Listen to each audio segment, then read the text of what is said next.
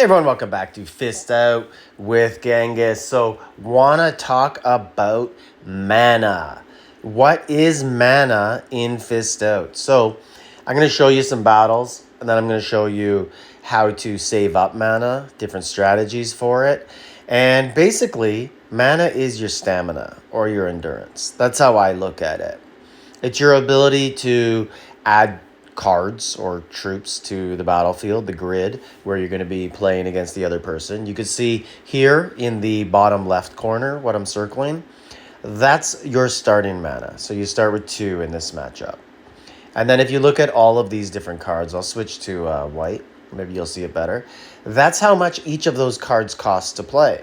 So you can't just throw them all down in the first round. And you can't throw them all down. Like some of them you can't even put down because the mana is too high. So you put one down and then you can see your mana go down. I'll turn off auto here for a second so we could slow it down and actually look at things.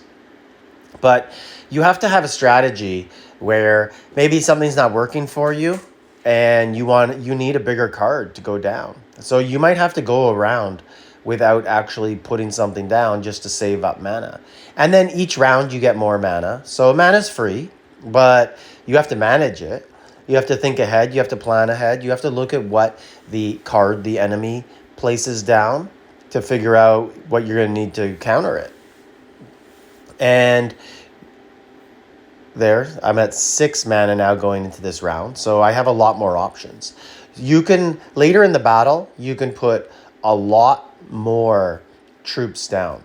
Like you could just throw down 3 2s. Right? They add up. So you could do more than one card per round if you have the mana for it.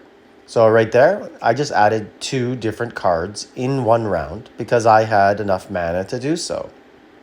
If I chose 2 that added up higher than 6, I wouldn't be able to do it. So now I have a maximum of 7.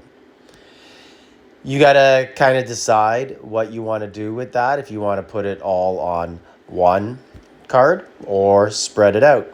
I'm not here. This video isn't about that. We're not into high level card battles right now or gaming battles, fists out yet. What we are just figuring out and what I'm trying to tell you guys is the basics. So that's basically how mana works.